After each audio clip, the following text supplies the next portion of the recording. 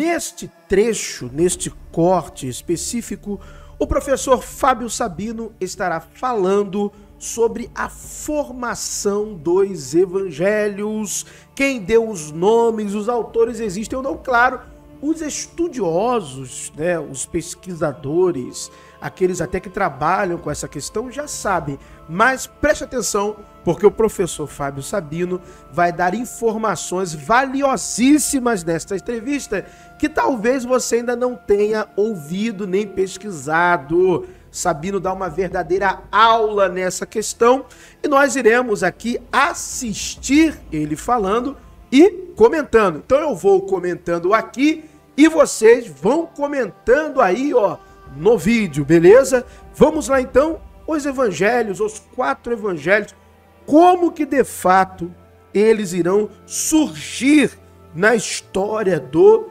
cristianismo. Vamos lá, professor Fábio Sabino. Anônimos. Ninguém sabe quem escreveu. Os nomes são atribuições. Catá Luca, Catá Ioané, Catá Marcos, Catá Mataio, segundo Mateus, segundo Marcos, segundo Lucas, segundo João. Quem dá nome, quem atribui 4 evangelhos é o pai da igreja Irineu, em 185 depois de Cristo. Veio pela patrística. É isso que eu explico no meu livro, como surgiu o Novo Testamento. Não. É interessante isso, sabe por quê?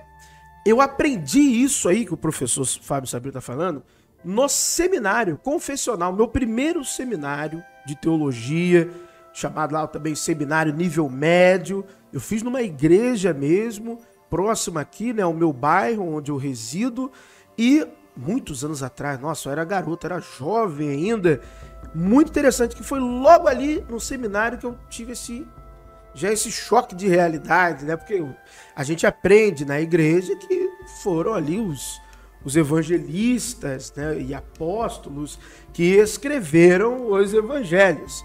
Mas aí, rapaz, logo na aula de Novo Testamento, eu já tô tomando essa paulada lá, pegamos as obras lá, e obras até de confessionário de cristãos. É claro que dá aquela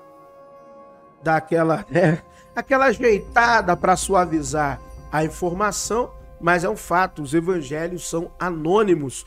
Todo estudante de literatura do Novo Testamento sabe disso aí. Tem prova que foi Marcos? Não. Nada? Não tem existe. Prova? Não. São relatos dessas pessoas. As únicas provas que existiriam... Estima-se que foi por aquele. O pai da igreja que deu os nomes. Quando você quer provar alguma coisa, você tem 2 caminhos para provar algo dentro do Novo Testamento. Ou pela papirologia, que aí é um dos problemas, você não tem papiro do 1º século, completo, esquece isso, você não tem só a partir do 2º século. Mas você tem a patrística, você tem os pais das igrejas do 1º século. Você tem os pais que conviveram com os apóstolos, que andaram com os apóstolos. Dos primeiros pais, do 1º século, você vai ter aí Policarpo, você tem Inácio, Policarpo, Clemente de Roma, o primeiro. Isso é algo interessante. De fato, o professor Fábio Sabino está falando, é verdade. Nós não temos um material, um único material, um papiro completo, um pergaminho plenamente desenvolvido do 1º século. Aliás, até pouca gente sabe disso, né? Em 2017 rolou muitas pesquisas com papiros e manuscritos da Bíblia. Muitas pesquisas. No ano de 2017 realmente foi um boom em relação a manuscritos do Mar Morto, papiros bíblicos e até alguns papiros do Novo Testamento, que eram datados ali no final do século I, foi para o século II. Tecnologia evoluiu, vai fazer o quê? Ah, mas dizem que o Evangelho de Marcos, dizem que 1 Tessalonicenses, Gálatas, Romanos seriam cartas ali, ou os evangelhos próximos a 60, 70, e as cartas paulinas na década de 50, década de 60. Rapaz, é complicado, porque material a gente não tem. Pela análise ali paleográfica, pela análise textual, podemos chegar à conclusão de que algumas sentenças, o estilo literário, os assuntos abordados remetem-se a um contexto do século I. Essa argumentação, ela prevalece até hoje, mas, rapaz, a cada dia isso vai enfraquecendo. A cada dia, galera tá, ó, século II, hein? Século II, de fato, é do século II, e por aí vai. Por exemplo, Atos dos Apóstolos, não tem mais o que falar.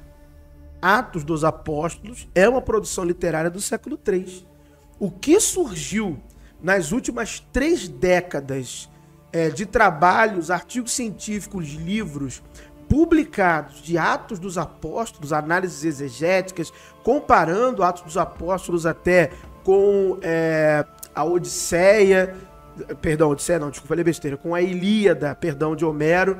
Rapaz, tem um acadêmico, Dennis MacDonald, ele faz estudo de 4 trechos de Atos dos Apóstolos. Ele é um exegeta, então ele analisa no grego, então ele faz a exegese do texto, e ele também analisa o contexto histórico e o contexto literário. Então veja bem, então ele compara 4 trechos de Atos dos Apóstolos que são paralelos da Ilíada de Homero. Então a Ilíada, o livro 2 e o livro 6. Dennis MacDonald, o nome do acadêmico, e se não me engano, o nome do livro dele é Estudo de Caso de Atos dos Apóstolos, 4 casos paralelos com a Ilíada. É um livro com a capa vermelha até. Então, você vê que a galera tá produzindo. O mundo não tá parado não, meu amigo, porque a religião parou no tempo, mas a academia continua avançando. Então é complicado mesmo. Clemente de Roma, o primeiro pai da igreja que escreveu várias cartas, se não me falha a memória, acho que 7, consideradas cartas autênticas dele. Desculpa, Inácio que escreveu 7. Clemente de Roma escreveu 2 cartas, 1ª e 2ª de Coríntios. E Clemente de Roma não vai falar nada a respeito do que Mateus escreveu, do que Marcos escreveu, do que Lucas escreveu, vai falar de Paulo. Paulo, quando escreveu para a igreja de Corinto. Isso Clemente falará, do que Paulo escreveu e para quem escreveu, para qual igreja ele escreveu. Só Clemente de Roma não fala de Mateus, Marcos, Lucas e João, não. Ok. Você vai pegar Inácio de Antioquia. Inácio que escreveu várias cartas, existem uns problemas entre o escrito reduzido e o escrito alongado, que alguns sabem que já foram deturpadas as cartas de Inácio. Inácio também não falará a respeito do que Mateus escreveu, Marcos escreveu, vai falar de Paulo também. Ou seja, ninguém sabe nada a respeito de 4 evangelistas. Sabe só de Paulo. Quando você vai pegar o outro pai da igreja, Policarpo, se me falha a memória, também não conhece. Quem vai chegar com uma ideia... outro pai da igreja, Justino Mártir, um grande apologista. Escreveu 2 apologias e o diálogo com Trifão, início do 2º século. Justino Mártir também não conhece. Tudo que ele sabe a respeito da crucificação de Jesus, do julgamento de Jesus, que está nos 4 evangelhos, porque Paulo não vai tratar disso. Justino Mártir, quando fala a respeito disso, fala que isso tudo ele aprendeu do Evangelho dos Hebreus. Não é a carta aos Hebreus, é Evangelho dos Hebreus. E da carta de Atos de Ponto de Atos de Pilatos. A carta de Atos de Ponto de Pilatos. Ele vai citar 2 obras que não está canonizada. Isso também me assustou quando eu li Justino. Isso também isso lá atrás, quando eu estava começando aí na área da leitura, né, na área da crítica textual, lendo alguns manuais de exegese, e lendo história eu comecei a ler na patrística, aquilo ali foi calma aí, como é que ele não conhece? Ele deveria conhecer. Eu fiz esse questionamento, como que ele não conhece? E ele está citando uma obra que não chegou até nós, não existe, né? E uma outra obra que até então é um apócrifo. Calma então. Eu comecei a falar, tem alguma coisa que não tá batendo. Então até o momento, professor Fábio Sabino, correto aí nas suas observações. Evangelho dos Hebreus e Atos de Pilatos. E Justino Mártir, ele faz citação, conforme está no Evangelho de Mateus, de passagem do Antigo Testamento como cumprimento profético em Jesus. Justino Mártir faz isso. Mas em um momento o Justino Mártir cita que aquilo que ele está escrevendo, ou que ele obteve aquilo de Mateus, que ele obteve de Marcos, que ele obteve de Lucas ou de João. Essa é uma tese que estou levantando para comprovar que os cumprimentos proféticos registrados no Antigo Testamento Novo vieram de Justino Mártir, o pai da igreja. Isso é uma tese que eu estou desenvolvendo, vai levar um tempinho ainda. Mas é isso que eu estou já enxergando. Porque eu vejo as citações do jeito que está no Evangelho de Mateus. Mas cadê Justino Mártir citando Mateus? Não encontro. O único pai da igreja que vai falar resquícios, de que Mateus, vai dar o nome, Mateus e Marcos escreveram, é o pai da igreja Papias. Em 5 fragmentos, Papias, o pai da igreja, ele vai dizer que Marcos foi intérprete de Pedro, já teria um problema gravíssimo com o escrito do Evangelho de Marcos, por ser um intérprete de alguém. E vai falar que Mateus escreveu esse evangelho em hebraico. Só que esses fragmentos de Papias, eles só são validados por pais das igrejas do 3º século em diante. E é justamente Papias que vai dizer que Judas não se suicidou. É o único. Se eu aceitar que os escritos de Papias são verdadeiros, se eu aceitar que os escritos de Papias são verdadeiros, então Mateus escreveu o evangelho em hebraico e Marcos foi intérprete de Pedro. Beleza. Só que vou ter que aceitar então o que o Papias falou a respeito de Judas, que Judas não se suicidou, mataram Judas. Lançaram Judas de um precipício. E quando ele caiu lá embaixo, suas entranhas se romperam e colocaram num carro de boi.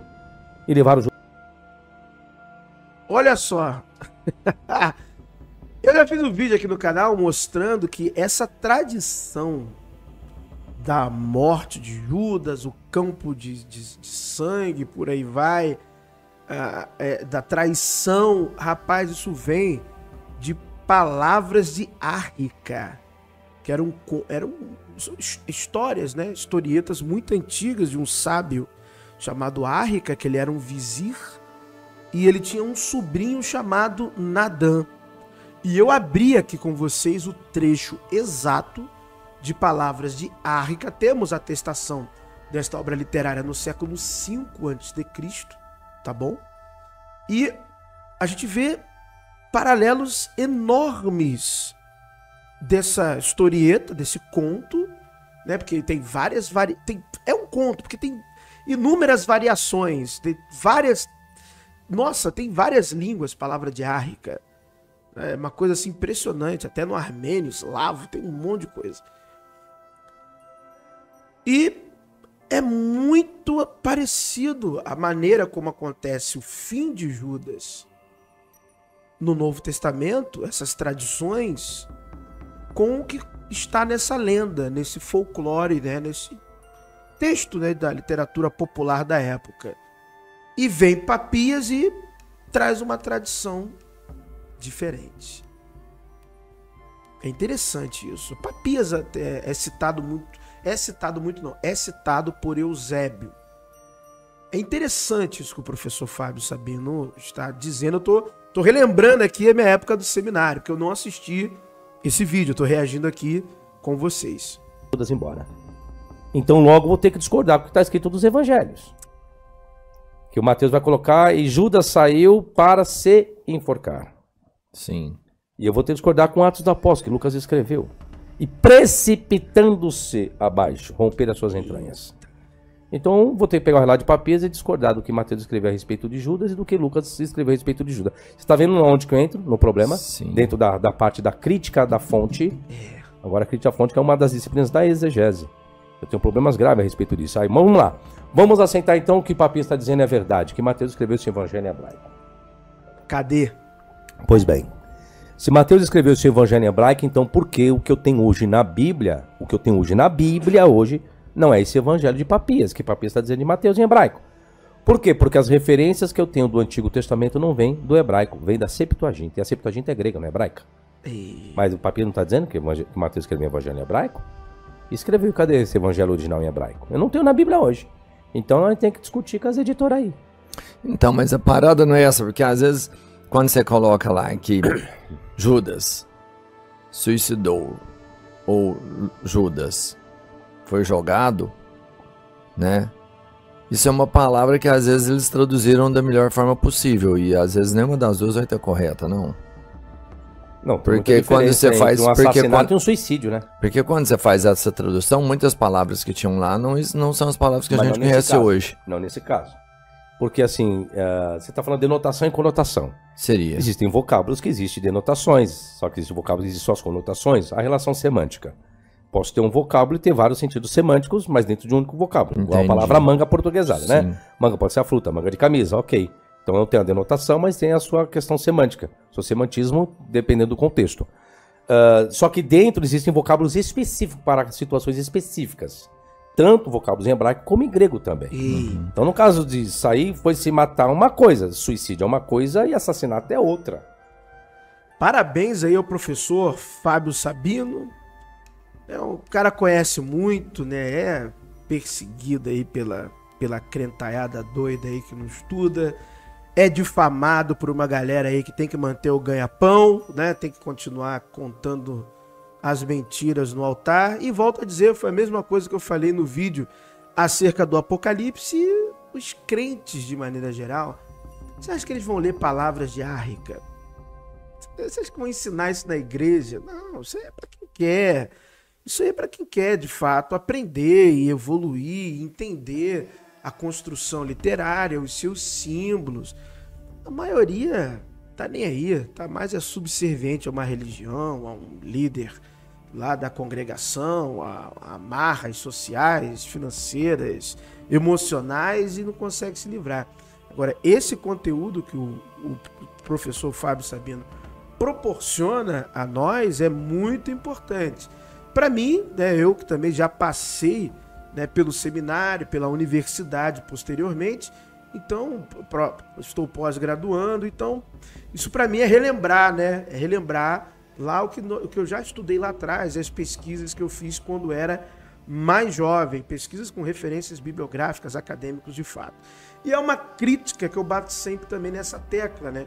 As editoras também, elas não publicam livros acadêmicos que possam mostrar situações que vai de encontro, né, à fé cristã, que vai contrária à fé cristã.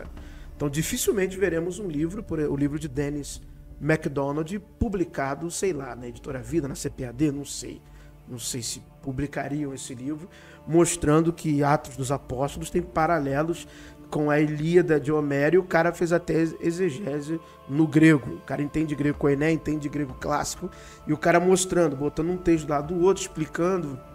Será que esse livro pararia numa editora confessional, cristã? Acho que não.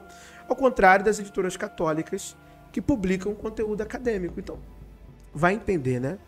O catolicismo, os católicos que são muitas das vezes criticados pelos cristãos, proporcionam nas suas editoras conteúdo acadêmico imparcial, pesquisas avançadíssimas, e no meio protestante é só coisinhas que vão retroalimentando a fé e até as teologias e convicções erradas que estes evangélicos têm. Mas segue o baile, é comércio, é venda de livro, tá tudo certo. Conhecimento, cada um busca o seu.